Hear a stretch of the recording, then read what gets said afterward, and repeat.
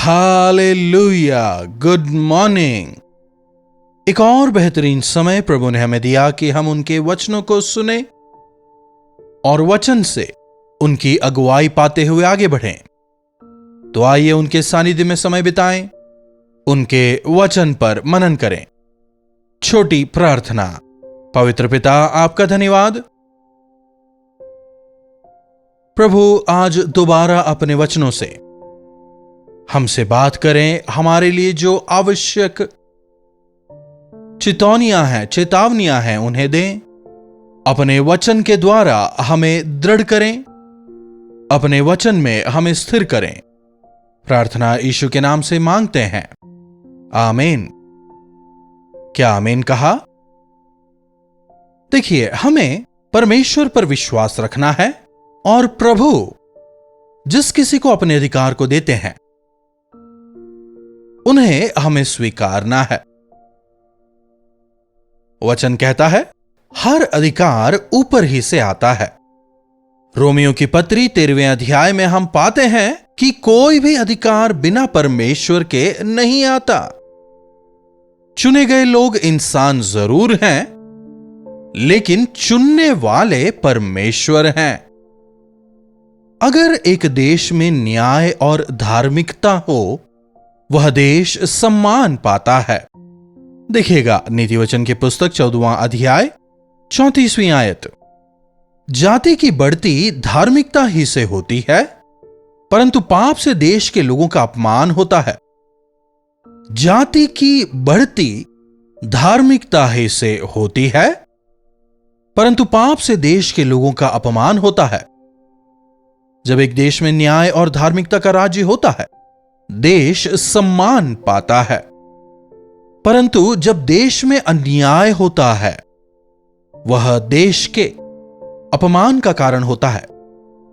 तो देश के नेताओं का काम क्या है कि धार्मिकता और न्याय से देश का शासन चलाएं, और उसके लिए प्रभु यीशु मसीह समझ देते हैं, बुद्धि देते हैं कि हमारे अगुए धार्मिकता और न्याय से शासन करें।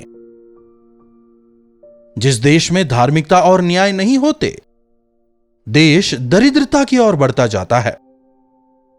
उस देश में शांति नहीं होती, समृद्धि नहीं होती, खुशहाली नहीं होती, हमेशा कमी घटी रहती है। संसार में कई ऐसे देश हैं जिनकी आर्थिक हालत काफी खराब है। दूध पीते बच्चों के लिए दूध तक आज नहीं है। विशेषकर कुछ अफ्रीकन कंट्रीज की हालत अगर आप देखें, लोगों के शरीर में मांस नहीं होता। देश की हालत ऐसी क्यों हुई? क्योंकि वहां के नेताओं ने न्याय से शासन नहीं किया। अगर देश के नेता सही नहीं हो, फिर उस देश में कितना ही खनिज पदार्थ हो, चाहे कितनी ही अच्छी चीजें हो, फिर भी देश तरक्की नहीं करेगा, क्योंकि नेता ठीक नहीं है। शॉर्टकट्स में काम करने वाले या फिर जल्दी से कुछ हासिल करने का प्रयास करने वाले कहीं ना कहीं आगे जाकर फंस ही जाएंगे। एक झटके में सब खो देंगे। धार्मिकता और न्याय, धार्मिकता और न्याय, यह कैसे मिलता है? मनुष्यों में नैतिक मूल्य आखिर आए कहां से? हम परमेश्वर के स्वरूप में रचे गए हैं। परमेश्वर ने हमें ज्ञान दिया है, नैतिक मूल्य दिए हैं, हमें विवेक दिया है। लेकिन आज अनेक अपने विवेक की बिल्कुल नहीं सुनते, नैतिक मूल्यों का सम्मान नहीं करते।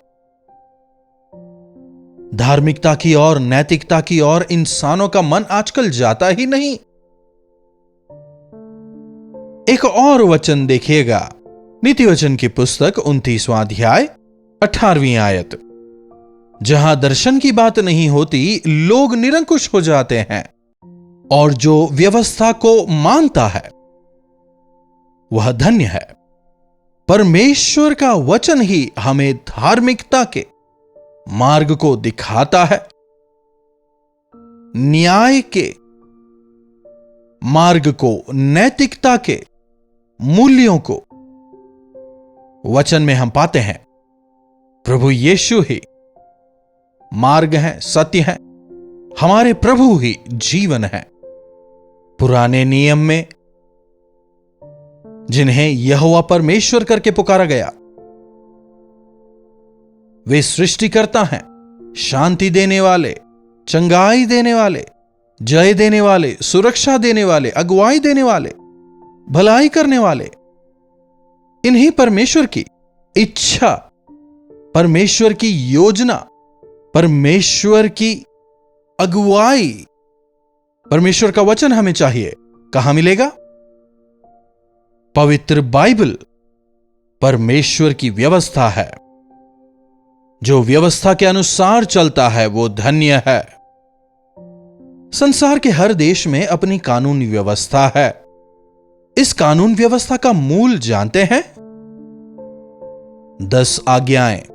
10 आज्ञाओं को किसने दिया जानते हैं? स्वयं यहोवा परमेश्वर ने अपने हाथों से लिख कर दिया। क्या आप उन 10 आज्ञाओं को जानते हैं? इन 10 आज्ञाओं के सार को या इसके निचोड़ को यदि आप देखें, इन्हें मानकर इनके अनुसार शासन करने वाले देशों में आशीष होती है। मेरे सिवाय तुम्हारा और कोई परमेश्वर ना हो। परमेश्वर एक है, सभी मानते हैं। उस परमेश्वर को अनेक नाम दे देते हैं। चलो, एक ही परमेश्वर है कहकर क्या सभी एकता से रहते हैं? हमारा ही धर्म सबसे पुराना है, हम ही सच्चे हैं, हमारे परमेश्वर ही सच्चे हैं। इस प्रकार की बातों की वजह से देश में शांति नहीं रहती। एक दूसरे को नीचा दिखाते हैं, झगड़ते रहते हैं। मैं मूर्ति पूजा की बात नहीं कर रहा, लेकिन जब आप मूर्ति पूजा करते हैं, आप परमेश्वर के स्थान को, परमेश्वर के महत्व को किसी और चीज को देने लगते हैं। जीविते परमेश्वर को छोड़कर उनकी बनाई हुई चीजों को पूजने की वजह से इंसान परमेश्वर से दूर हो गया और अंधकार में चला गया। तुम परमेश्वर का नाम व्यर्थ में ना लेना। परमेश्वर का अपमान करने वाले, उनकी निंदा करने वाले, उनका तिरस्कार करने वाले, परमेश्वर का नाम लेकर विभिन्न प्रकार के व्यापार करने वाले, पैसा कमाने वाले, कितने सारे लोग आज ऐसे हैं ना। इसीलिए ही इंसान धीरे धीरे कर बद से बदतर होता जा रहा है। परमेश्वर कहते हैं मां बाप का सम्मान कर। आज मां बाप का कोई सम्मान नहीं। यदि आप अपने मां बाप का सम्मान ना करें तो आपके बच्चे आपका सम्मान कैसे करेंगे? जन्म देने वाले मां बाप का ख्याल रखना, उनका सम्मान करना विशेषकर हमारे देश की संस्कृति है। मातृ देवो भवा, पितृ देवो भवा, गुरु देवो भवा कहते हैं ना तो आज गुरु अपने कर्तव्य का पालन करते हैं, ना ही मां बाप बच्चों की ठीक से परवरिश कर पाते हैं। इसकी वजह से क्या हुआ? देश में पीढ़ी धीरे धीरे धीरे धीरे कर बदतर होती चली गई। समाचारों में आपने सुना होगा ना, छोटे बच्चे, टीनेज बॉयज बंदूक लेकर स्कूल में जाते हैं, अपने संगियों को, अपने साथ पढ़ने वालों को गोलियों से छन्नी कर देते हैं। क्यों किया? खुद को नहीं पता, क्योंकि वहां पर परमेश्वर की व्यवस्था नहीं है। बच्चों की परवरिश परमेश्वर की व्यवस्था के अनुसार नहीं की गई है। छोटी उम्र में ही आजकल बच्चों को देखिए, पहले तो कॉलेज जाने वाले बच्चे हुआ करते थे, लेकिन अब स्कूल जाने वाले छोटे बच्चे नशे के आदी हो गए हैं। छोटी उम्र में ही ड्रग्स की आदत लग चुकी है, सेक्स के गुलाम हो जा रहे हैं, आवारागर्दी करते हैं। दूसरों को हानि पहुंचाने में उन्हें कोई दुख नहीं होता। कारण परमेश्वर की व्यवस्था नहीं है, न्याय नहीं है, धार्मिकता नहीं है। परमेश्वर की आराधना करने की इच्छा नहीं है। हफ्ते में 6 दिन काम करो और कम से कम 1 दिन प्रभु के सानिध्य में बिताओ। जब प्रभु कहते हैं उस दिन भी पैसा कमाना है, पूरा दिन पार्टी करने में बिताना है, व्यापार करना है। परमेश्वर अगर आशीष ना दें तो आशीष नहीं मिल सकती, इस बात को समझे बिना आज कई लोग नास्तिक हो रहे हैं। कुछ लोग कहते हैं, अरे ठीक है प्रभु हो या नहीं, हमें क्या करना, लापरवाही में लेते हैं, है भी नहीं मानते, नहीं भी नहीं मानते। वचन कहता है तू हत्या ना करना, लेकिन आज इंसानों को देखिए कैसी क्रूरता, और कई तो ऐसे हैं उन्हें उस क्रूरता में मजा आता है। कितनी निर्ममता से शरीर के टुकड़े टुकड़े कर देते हैं। कोई कुकर में बॉईल कर रहा है तो कोई ड्रम में गाड़ रहा है। कैसी क्रूरता के आदी हो गए हैं इंसान। पहले कभी नहीं सुनी ऐसी बातों को हम आज सुन रहे हैं। कारण क्रिश्चियन कंट्रीज कहलाए जाने वाले देश भी प्रभु के वचन को नकार रहे हैं। अमेरिका देश से 10 कमांडमेंट्स को निकाल दिया गया है। एक समय में इंग्लैंड का जो देश था इस प्रकार से कहता था, हमारे देश के विजय का कारण बाइबल ही है। लेकिन आज जब उन्होंने बाइबल को दरकिनार कर दिया, कैसी भयंकर दरिद्रता में वो देश गिरता जा रहा है, हम देख रहे हैं। आज धीरे धीरे कर अमेरिका भी उसी कदम चल रहा है। वहां की आर्थिक स्थितियों को गिरते हुए हम अपनी आंखों से देख रहे हैं। उनकी महिमा जा चुकी है। परमेश्वर के वचन के विरुद्ध जीने वाले आशीष नहीं पाएंगे। कानून का उल्लंघन करना शायद उस समय आपको बचा सकता है, लेकिन उसके परिणाम को आगे भुगतना ही होगा। हत्या ना करो, द्वेष ना करो, ग्रुपिज्म नहीं चाहिए, जाति धर्म के नाम पर अपने आप को मत बांटो, सब लोग कहते हैं, लेकिन उसका पालन ना करने की वजह से देश में सुख समृद्धि नहीं रहती, विकास नहीं हो पाता। हम देख रहे हैं कई व्यवस्थाएं हैं। व्यभिचार ना कर, हत्या ना कर, चोरी ना कर। आजकल चोरी नहीं, लोग गबन करते हैं। रिश्वत ना लेना, झूठी गवाही ना देना। इन व्यवस्थाओं को सिखाने वाले चर्च भी नजर नहीं आते। कम से कम आप जो अपने आप को मसीह कहलाते हैं, क्या आप व्यवस्था को मानते हैं? क्या प्रभु के वचन का भय आप में है?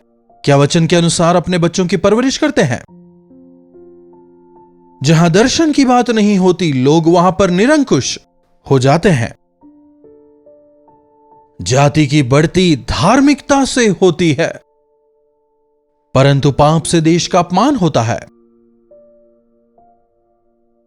आज हमें अपने देश के लिए प्रार्थना करना है।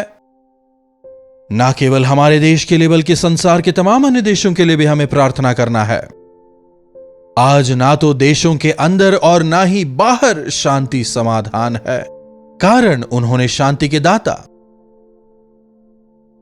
प्रभु यीशु मसीह को और उनके वचनों को भुला दिया है।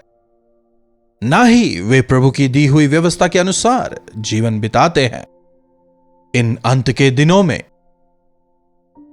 हमारी यह जिम्मेदारी है कि हम अपने देश के लिए, संसार के देशों के लिए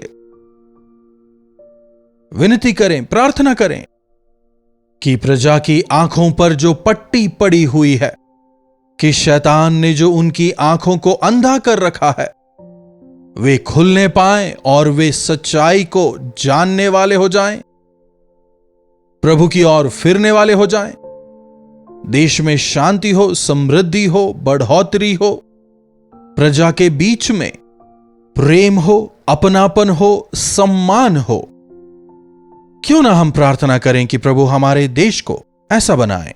प्रार्थना। महापवित्र पिता परमेश्वर, मुझे क्या फर्क पड़ता है ऐसी सोच हमें ना हो, बल्कि हमारे देश में न्याय और धार्मिकता का राज्य हो, ऐसी प्रार्थना करने वाले हम हो जाएं।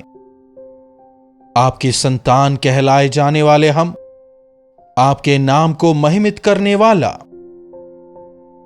जीवन जीते हुए प्रभु आपके गवाह होकर जीने का अनुग्रह हम में से आप हर एक को प्रदान करें। प्रार्थना यीशु के नाम से मांगते हैं, आमीन।